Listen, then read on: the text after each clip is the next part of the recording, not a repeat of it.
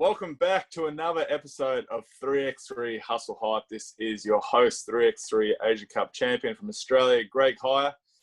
Actually, a little bit humbled, maybe a little bit embarrassed that I have to introduce the next guy because I feel like he should be doing the introduction. And that is my man, Kyle Montgomery, or most probably as the 3x3 world know, the voice.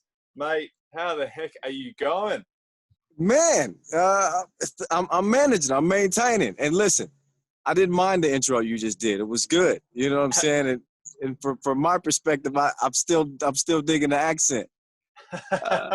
You know what I'm saying? But things are good. We're still adapting. You know, I'm in Los Angeles, so you know we're still dealing with the virus. And but I'm maintaining, man. Positive spirits this way.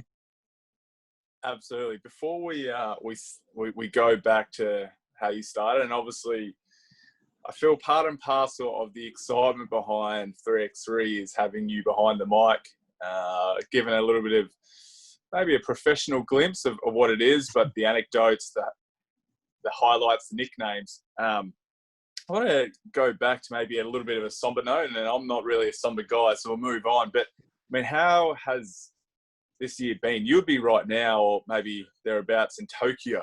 It was supposed to be an incredible year. How are you going? Because, I mean, no world tour, no challenger circuits, and you're basically living out of a suitcase for maybe 11 months of the year. I mean, how are you dealing with all of that? That was my life. That's been my life for the past 5+ years. So, you know, I mean, it's a struggle, man. To be honest, I got the itch. Like, I'm calling plays at my house. You know, my sons come upstairs. I'm calling them, going to the kitchen.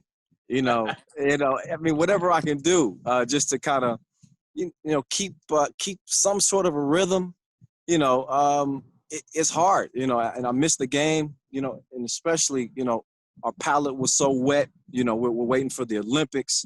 I'm really seeing the game, evolve, right before my eyes. So, I was anxious to see what this year was going to bring. So, obviously we couldn't control, the virus and the pandemic and the spread and all the ramifications now. So I'm just dealing with it the best I can. Looking forward to now next year and, hoping to maybe get back to the world tour as soon as possible. But, everything's still in flux. We don't know the other side of this thing yet. Absolutely. You talk about that itch. I've only, in the recent months, and there's obviously a perspective of how significant this issue is. But we're sort of seeing the French Open, Lithuanians start playing. Did you only sort of look at that and go, oh, God, I wish I could be there? Oh, come on, man. I think you just trying to rub this in on me. You come on. Listen, I'm looking at the action up there, and man, Lithuanians was balling. I'm looking at the highlights. I'm checking out FIBA 3x3's IG page, and I'm like, man, I would have said that for this. So it made me miss the game even more. But also it was encouraging too, because it shows me how 3x3 has spread, how serious people are taking the game, and it gave some people over there some reprieve from the reality that we're dealing with right now. No doubt. And it's funny how the negatives, you take the positives. Leagues that aren't up and running have an opportunity to play 3x3, get immersed, which I feel like is going to help them in the long run. We saw a French player, I think, like a 5-on-5 star, just play in the French Open, just so that, and he obviously he's played in prior, but it sort of was really exciting where I was seeing like, geez, this could really, really take over. Which is a great thing for 3x3. Oh, for sure. Yeah, I didn't want to sell my French people short either. Yeah, they were balling over there as well. They've obviously been a powerhouse in the game for so long. They were anticipating, a big year as well. But if things stay the course, I think that we'll still have a couple of big tournaments coming up over in France next year, and so I'm looking forward to it, man. Give me anything to claim right now. I was 6 players on the court. Let's go. All right, let's take it back. 2015, your very first event. What was it? I went to Lausanne, Switzerland. That was the Olympic capital. That was my introduction to 3x3. It was nerve-wracking, man. I think the people that hired me, they just assumed that it would be a natural transition from calling highlights for the NBA to then calling live 3x3 action, which, it was different. You don't just jump into play-by-play calling the game as fast as 3x3 is. Well, I learned, kind of baptism by fire. But, I remember being a little nervous. I came in a suit and they clowned on me. They were like, listen, we do things different here. Be relaxed. This is a cool job, So I kind of got a taste of, what the friendships and partnerships would be like, from Switzerland that year. And then I had Mexico City as my second event. How did you even get into it, though? That they earmarked you, or do you see it sort of growing and you put your hand up, like, I want to become more involved, and an unbelievable opportunity, especially with the Olympics? Well, I'll be honest. I was so consumed in my work here in the States. I really wasn't up on 3x3 at the time in 2015. I was just transitioning from the NBA, and I was doing some college sports and kind of expanding a little bit. And they reached out to me, and based off of my work with the NBA, and they said, we just think that you would be a natural fit. Is it something that you think you would also be interested in? And, at the time, I wasn't really sure. I'm like, what is this 3x3? What do they play? And I'm looking at countries like Kazakhstan on their list, and I'm like, I don't know, man. I don't know about this. But I said, man, this is worth a try, though. I looked at some of the links they sent me, and I said, this thing's got some potential, and I wouldn't mind being aboard. So I went, experienced my first tournament, and that's where I went from I wouldn't mind being a part of it to, hey, I want to get on board with this. I like this. This has great potential. And here I am now 5 years later, hoping to get back on the mic. Yeah, I want to dig into your mindset, because obviously, as much as everyone recognizes the voice, there must be an unbelievable amount of preparation. And I know you're a consummate professional, even like, I see when you get back home and you're giving the scoops, giving the news, and I know there's a lot of prep. I want to dig a little bit deeper into terms of, I know there's a fantastic staff behind the 3x3 world that assists you, but I mean, what do you go into to make sure that you're prepared? I mean, there's a ridiculous amount of athletes that come through, new guys every single time. There's no time to rest. There's a game every 15 minutes. I mean, what do you have to do? Man, I put those 13 and 12 and 11-hour plane rides to use. I can't sleep on a plane anyway. But no, look, I'd be remiss not to give my team props, man. Our communications team, Julien Debove leading the way, and we've had Annie, doing a lot of work in the past with us. So, they help prepare me. I get these media packets, man, that are this thick, and they've got all types of different information, bits of information that I use. So what I do is I just consolidate these the media guides they give me, and I take the nuggets that I think are interesting, and I study them, and I try to remember them, and the ones I don't, I keep handy. That way I can, drop a nugget. A guy's or a gal is at a free throw line, and I can say, which college they went to, or maybe something that they did in previous years. So I look really smart because I got a lot of people around me that keep me tight. And when I make a mistake, they make sure to correct me and so I get it correct. Yeah. The other side, pronunciation. There is no way. I mean, we're talking about Kazakhstan, and I mean, I struggle to say that. I mean, are you sometimes mumbling through it and just hoping no one picks up? And I'm sure there's mums and dads hitting you up privately and saying, "This is how you say their name." Absolutely, but it started happening. It started happening so much.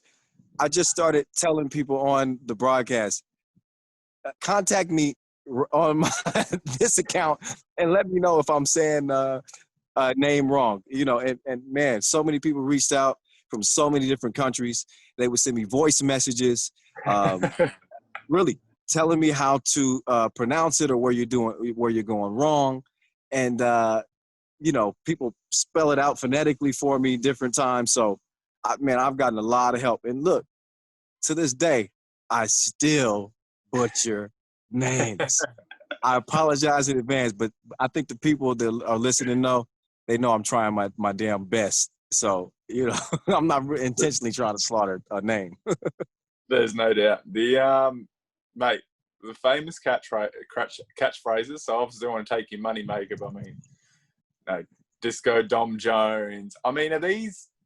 Surely you've got a catalog, or are you just going? Yeah, I'm rolling with it, and even if they're not rolling with it, I'm making sure I'm rolling with it. Hey, listen, I do have a catalog. It's like I'm not a rapper, but I may think of something that's funny, or I may tie something together. And I'm getting a little older, so I forget stuff sometimes. So I may write it down, and I'll have it. I'll either have it in the back of my mind, or I'll have it somewhere handy to when I want to say something creative about this or about that. But most of the time, the game is happening so fast, you just got to roll. Whatever your gut tells you to say. If it's something nastier than a porta potty, then that's what it is. Somebody, if it dunks on them, make that this is the nasty face. You know what I'm saying?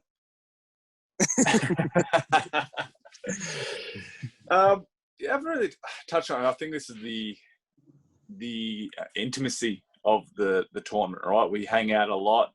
We're going to be able to have the ability to, you got to be able to give a player crap. I remember one of my highlights is me airballing it, and I literally would have had about 25 former teammates or mates hit me up, and what was vivid in my mind was you harping on it for about 2 minutes, how I airballed a free throw, right? And so you got to be able to accept a little bit of banter, as they say in Australia. But talk to me about that, how that's helped, because I feel like you're consistently, and everyone loves seeing you. You're a bundle of joy, enthusiasm, and I think that's just the sentiment that's helped with the 3x3. I mean, how's that been? In I guess the unique approach where you're seeing people and you're having breakfast. I remember seeing you at the World Cup, to catch up with them. How's that been? I mean, how have you embraced that sort of style as well? As you know, man, it's very intimate. I may say a dude got dunked on the day before, and I'll see him at breakfast the next morning with his slippers on. We both got stuff in our eyes. I'm like, oh, man, But I think that the players have an understanding that I do this purely out of love for the game, man. I've been a smack talking dude since the time I was a kid, and I never meant any of it in malice. It was always just to hype up the party a little bit, to just stir the pot a little bit. So, I also make sure I show love when it's due, and also if you do something wrong or then I'm going to say something about that a lot of times as well. So, do something dope, and I'm going to overhype it for you. But if he cross your ankles off, then we're going to have a conversation. And that's just the way it works. Absolutely.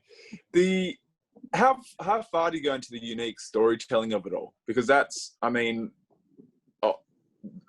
doesn't have the luxury of having these high profile guys. And when they obviously go and they have this social media. But a lot of it, we'll talk about these unique challenges is you're talking to fans that maybe don't even speak English, right? Mm-hmm. And then there's the other side where they don't really know much about these players.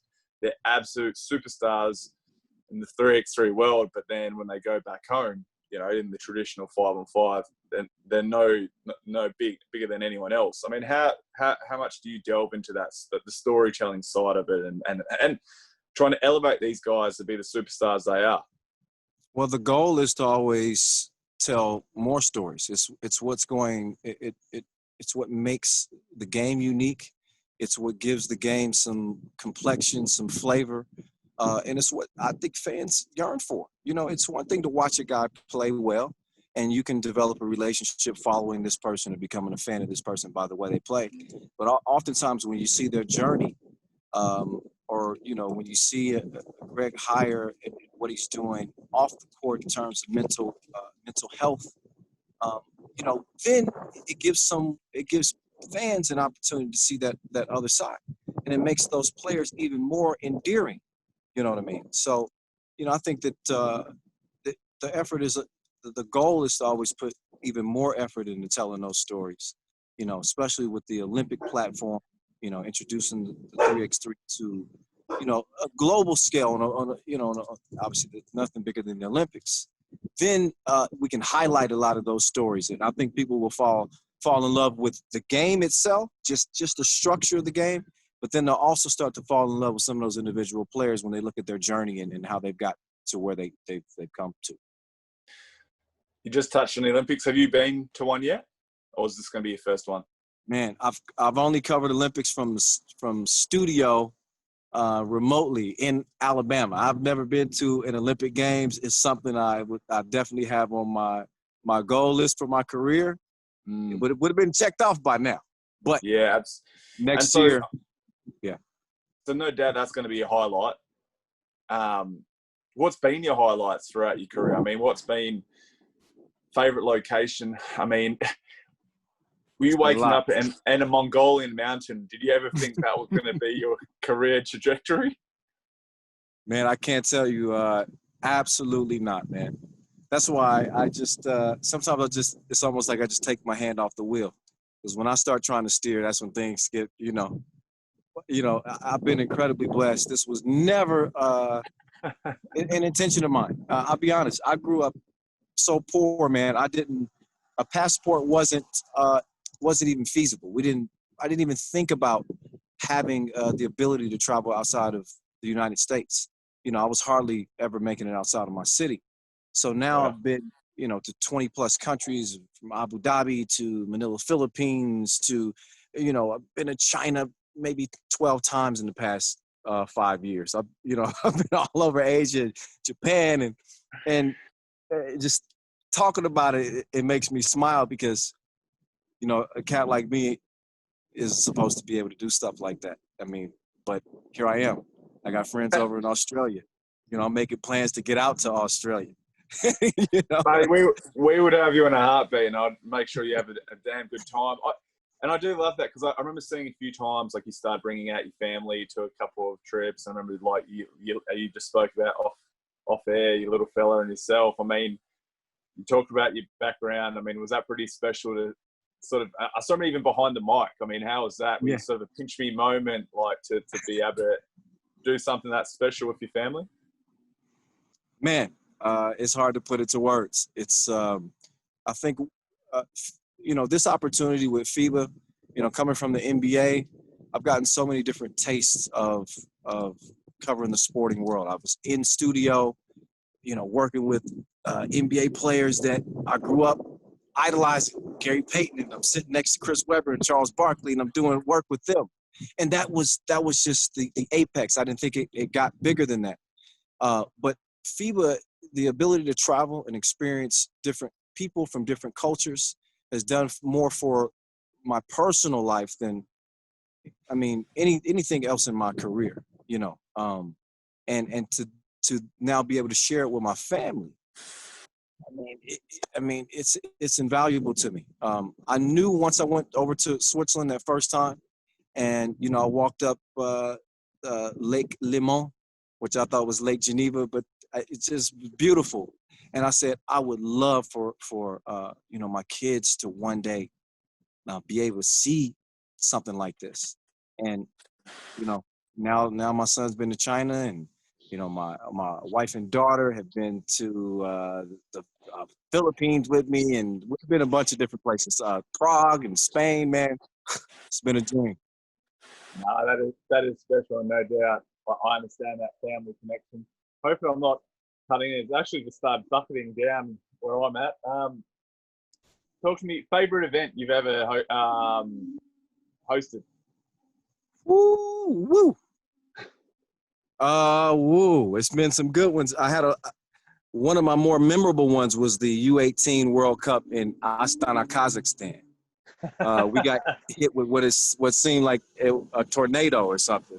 The wind was blowing sideways. We had to postpone the action in the middle of the day.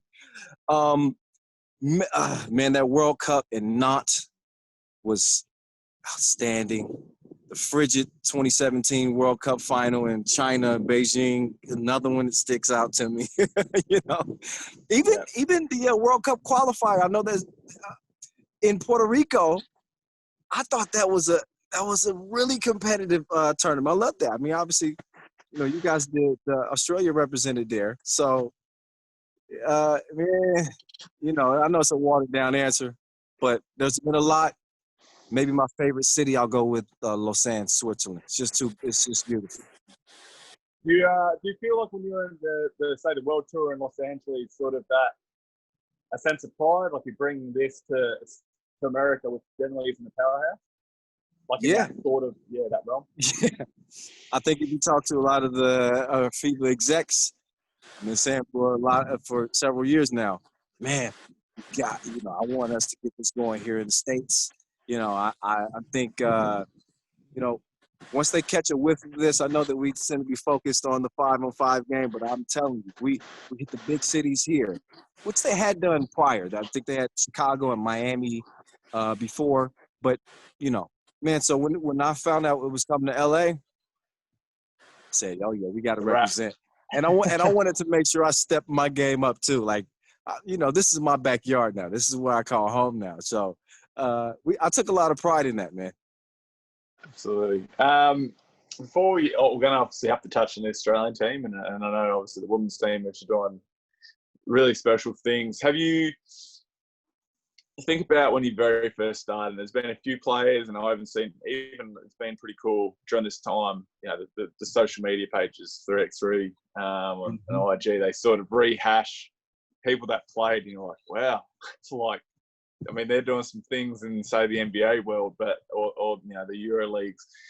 Have there been some players over your time that sort of, as soon as you step on the court, they're like, wow, they're doing some special things? I mean, who have you been your highlights? And even now, like Desan and Mastrovic, and I got to play against Disco just only a few months, well, quite a while back. But you sort of admire, I guess, the new group of guys coming through, Lasmanis. I mean, who's sort of struck your eye?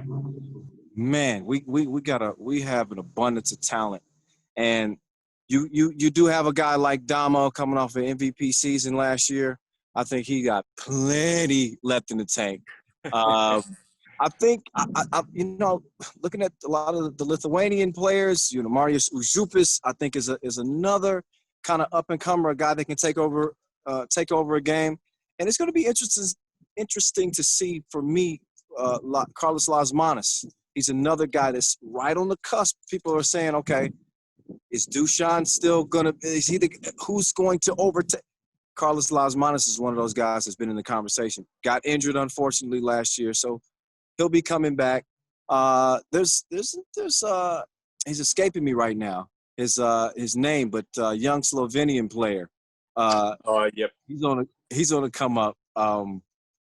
When it comes to me, I'll mention it. But I mean, we got an abundance of young talent. I'm encouraged in the direction that the game is going. Absolutely. And then women's side, I mean, we've got Australian teams ranked, and I've been fortunate enough to interview quite a number of the female athletes. I mean, who's been special in that regard? Man, look, I was telling people early on, and people kind of thought I was on riding like Australia's bandwagon a little bit. Like, oh, you love Australia. But listen, sometimes you just can see a group, a team, and the chemistry and the talent, and you can say, man, look how well they're playing right now. Give them a year or two, and they're going to be who's going to beat them. And I saw that with both on the men's and the women's side with the Australian team. But, you know, in particular the women's side, you know, winning gold at the Asia Cup, and with OG, Alice Kunik, with you know, I said her and Beck Cole, you know, I gave an old school reference. I said they the closest thing to salt and pepper But look, you gotta throw Maddie Garrick in there too. We're gonna get Spinderella in there as well. You know, She's fucking get it. I'm telling you, that trio, you know, in particular is the strength of that team. And you know, I know they dealt with some injuries too, and Alice is coming back, and but you're talking about a promising team, a team that could win gold at the World Cup qualifiers. Look, mark it down. I think Australia is right in the mix. And don't sleep on the fellas neither. I ain't forgot about you, Tom Wright, Andrew Steele. Yeah. Look, listen, I know y'all got some ballers over there, really. With that, I mean, obviously I'm being biased, but the ladies' side is a genuine gold medal chance. What'd you say? Did you say the men have no chance? No, I said the women's side is a gold medal chance. Oh, for sure. Yeah. I think that's what we're looking at. I think, listen, there's a lot of parity in the women's division. I mean, you look at France, you look at China, you look at Japan, you look at Australia. I mean, even Ukraine. I mean, these Russia. I mean, come on. These are countries who have fielded dominant teams, you know, over the years. Hungary. I mean, the list goes on. Spain. So I'm not gonna say it's gonna be a walk in the park. But you know, judging from what I've seen, man, y'all guard play, and then you got, you know, Alice Kunik just beasting down low, and look, man, it's gonna be trouble. It's gonna be trouble. It would be not right of me, obviously. But I love to pump my tires up a little bit. I mean, what makes you, not just the men's side, what makes you sort of, as you said, you spoke highly of the Australian team, and they're sort of we are new to sport. What made you sort of have that appeal? What do you enjoy about watching the Australian lineups when they compete? Here's what, and you know I can appreciate this. The toughness. You guys play tough. That's my middle name. You play tough. You play clean. You guys exhibit great teamwork too. I've rarely seen, and you might argue with me, but I've rarely seen you guys like really just getting at each other and or you know, kind of talking. It's always an encouraging slap on the hip and saying, "Hey, come on, man!" Or you know, I've always enjoyed the way you guys play that, and that speaks to the coaching too. So Coach Bywer and Damon, you know, with the ladies, you know, these guys have done outstanding work, and they're great dudes too. So it's reflective in the way y'all play, man. You know, you're on to something. You know, y'all play the game smooth, great shooters, toughness on the inside. Look, and y'all got some good dancers too. I mean, y'all, at least for the ladies, right? But I want to finish on two things, and we're going to touch about it. Our guy Homicide, and obviously I've been enjoying this segment. Has it been cool to have a guy that's similar in the way, obviously, approach things, but your backgrounds, but to sort of share that? Obviously, are you sort of seeing it as like a mentor in a way? You're trying to pave the way. I mean, I know you travel an incredible amount. He's sort of saying, because I know was he in Uzbekistan or Kazakhstan, and so I think he stitched him up, or Mongolia. You stitched him up. Yeah, he was in Mongolia. First location. Yeah. You're like, yeah. Hey, I've been there. You can have that. But how's that been? I'm sure you talk to him and trying to, you know, help him out in that regard. Yeah, he kind of saw how difficult the job can be in terms of, you know, not only being able to, you know, pronounce the names, but get them quick enough while the action is happening. This is a tough, it's a tough gig because the game is so damn quick.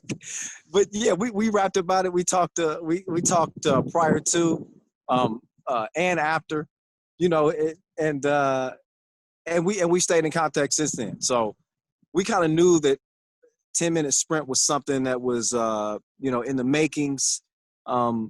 You know, our executives kind of recognized, you know, his flavor, and they thought if we put him together, and I did too. I said, yeah, he's street. We speak the same language. He's from the mecca of basketball here in the States, and he has obviously a decorated career, champion in the D League, and I mean he's balled against some of the best. He's one of the best and well respected. So, it's weird because I'm kind of the 3x3 OG, but he's kind of the hoop OG. So we kind of feed off each other in that way. So you're salt and pepper. Yeah, we're gonna have to come with something. I'm gonna have to come up with something more flavorful than salt and pepper. Ain't nothing against that, but we gotta come up with something unique. And mate, lastly, I can speak to you all day, but where do you see the future of 3x3? I mean, it's growing, obviously, unfortunately, due to what's going on, but I mean, you can only see it, obviously, a natural progression with the Olympics and that. You're seeing it, obviously, with yourself firsthand, with what you've done since 2015. Where do you think 3x3 is going, and what's the possibilities? Man, I see obviously a bright future for 3x3. I think it's such a shame that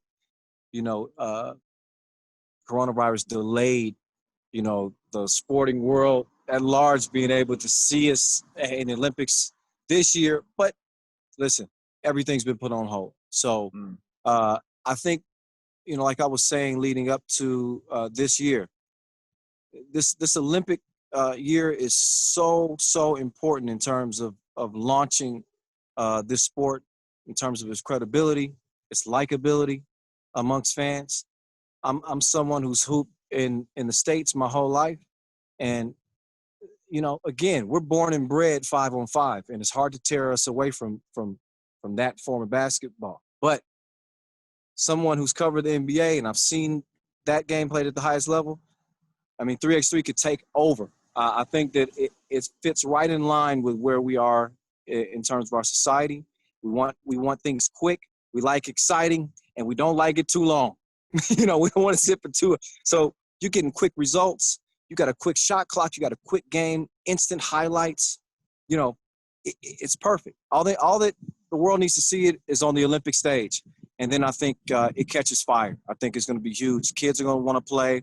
Obviously, it's going to be more financially feasible for people to pursue careers in it. So, no, I couldn't agree more, mate. Obviously, had an absolute thrill talking to you. I could speak to you all day. I know you're a very busy man, so I appreciate you jumping on. But mate, I want to obviously thank you for being involved. But I feel like the progression of the 3x3, I guess what's happening in the world is just basically picking back with your enthusiasm and efforts. And it's obviously been an absolute pleasure getting to know you over the last year and a bit. Hopefully, it's not so distant future where we're having a bit of a laugh in a hotel foyer at some point, or enjoying an Aperol spritz after the tournament, after smashing a few guys after a while. But mate, been an absolute pleasure. You've been an absolute legend, and I look forward to hearing your voice behind the mic, and hopefully in not so distant future.